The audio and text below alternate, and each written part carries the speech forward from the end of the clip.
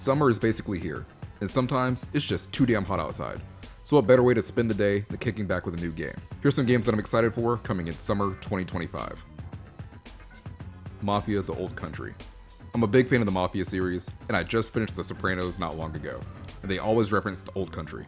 So I'm excited to finally have an origin story for the Mafia series, and to look into early organized crime taking place in Sicily in the 1900s. What I've gathered so far is that this will not be an open world game. 2K and Hangar 13 have both said that this will be a linear structure, which might be a bummer for some, but on the bright side, the base game is coming in at $50. I've got some high hopes for this game. I feel like Mafia has done a good job of storytelling, especially with Mafia 2. The combat in Old Country looks great, that shotgun is hitting. The stealth mechanic from Mafia 3 is back, and it seems like we might get to ride horses this time around too, which I think is pretty cool. But cars are also in it as well. Mafia: The Old Country drops August 8th. Deliver at All Costs. Deliver at All Costs is one of those games that caught my eye just from the artwork, but after watching the trailers, this game is going to be a lot of fun. Looks to be a fairly decent story. The main character is trying to remember his past, all while working for a delivery company that delivers anything and everything. You get to upgrade your vehicles, fight off pedestrians, and even go against the rival delivery company. And to top it off, there's a lot of damage that can be caused. Kind of reminds me of Crazy Taxi and Midtown Madness mixed in, but with that original GTA camera style.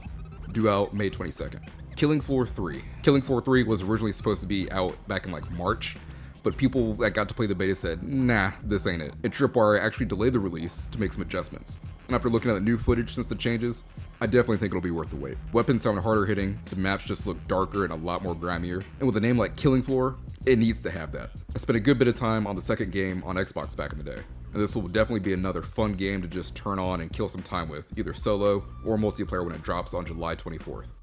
To a T. Coming from the same mind that created Katamari, To a T follows the same line of funny, cute, and colorful. The character you play as always has their arms out doing a T-pose. There's not a ton being told about the story, but from what I can gather, it's about realizing that not everyone is perfect and we're all unique. To a T kind of reminds me of Octodad in a way too, with trying to move around being the most challenging and rewarding part of the game. How easy or difficult will it be? Guess we'll find out on May 28th. Mario Kart World.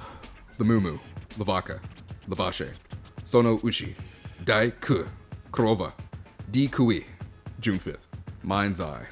Well, since we are getting GTA 6 till next year, we can always have a GTA clone instead. And this one actually looks pretty damn good. The protagonist seems to be like a soldier of some sort, like he may have been experimented on. He's now trying to uncover the truth behind a conspiracy. Judging from the trailer, it feels futuristic but not too deep like Cyberpunk is. Yeah, they're cyborgs, but the city itself kind of reminds me more of like Las Vegas versus like a futuristic megacity. I can see little Ghost Recon Wildlands and Just Cause due to the fact that you're raiding bases and because of the drones. There's definitely some political corruption going on, and we seem to have a big brother-like company that's trying to keep civilization safe. Considering it's being made by IOI, I got some high hopes. Mind's Eye is due out June 10th. FBC Firebreak. Firebreak is a spin-off that takes place in the Control universe, where you play as another part of the Federal Bureau of Control. It looks like you're a part of a decontamination squad who's tasked with clearing out the Hiss infestation at the FBC HQ. The Hiss is like this supernatural kind of enemy that's in the Control universe. I kind of get COD Zombies and Gears of War Horde vibes from it. Looks like there might be different classes to choose from, along with different abilities and weapons based on the class that's chosen. Also seems like you can get turned into an enemy as well if you die, which I think is kind of cool. I'm kind of hoping this will tie in with Alan Wake, Control, and Max Payne even more. Only one way to find out. Firebreak drops June 17th.